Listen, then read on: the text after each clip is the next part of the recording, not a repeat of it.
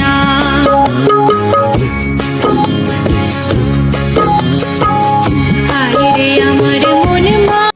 আসসালামু আলাইকুম।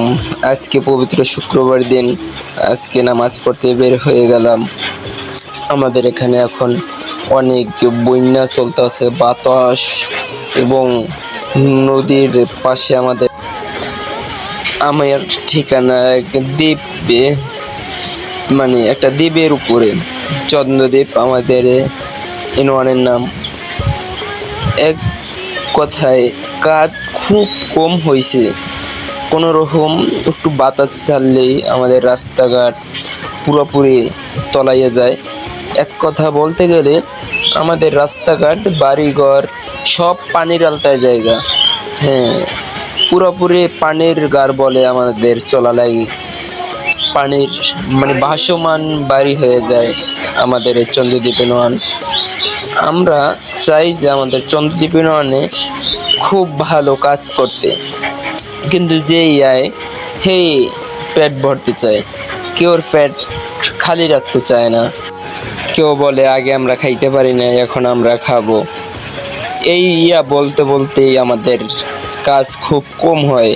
আমরা যে চাই আমাদের চন্দ্রদ্বীপে ভালো একজন নেতা হোক এবং তার সাথে যে সব সময় নীতি থাকে। আমরা নেতা চাই না, আমরা নীতি চাই। আমাদের সব সময় যে খারাপ সময় ভালো সময় পাশে থাকতে পারে। যদি আমাদের নেতার যদি নীতি থাকে, আজকে আমাদের এই পানির ভিতরে হাইটা নামাজ পড়তে যাওয়া লাগে না, অনেক উন্নত হইতো এবং অনেক রাস্তা ভালো বানাইতো। আজকে আমাদের এই পানির চোখে দেখা লাগতো না।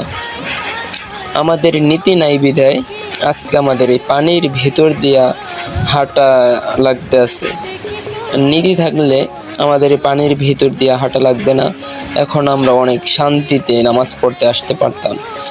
তবে আমরা চাই যে সামনের ভবিষ্যতে আমরা ভালো একজন নেতা তৈরি করতে পারি, যে আমাদের এই চন্দ্রদ্বীপ আমাদের খারাপ সময় ভালো সময় আমাদের যে পাশে থাকতে পারে। এটাই আমাদের আল্লাহর কাছে আমাদের জন্য দোয়া করবেন যে আমরা ভালো একজন নেতা পাই। এখন চলে যাব আমাদের মসজিদে। ধন্যবাদ। নামাজ থেকে বের হয়ে দেখি অনেক পানি উঠে গেছে। আমাদের চাচা ভাই এখানে আছে, ওই সবাই দাঁড়ান একটা সেলফি তুলি। তারা সবাই দাঁড়াইছে। ওই কিছু বলেন, ঢাকায় না আমি বলতে পারবো না। এইটা আমার ভাই, কিছু বলো।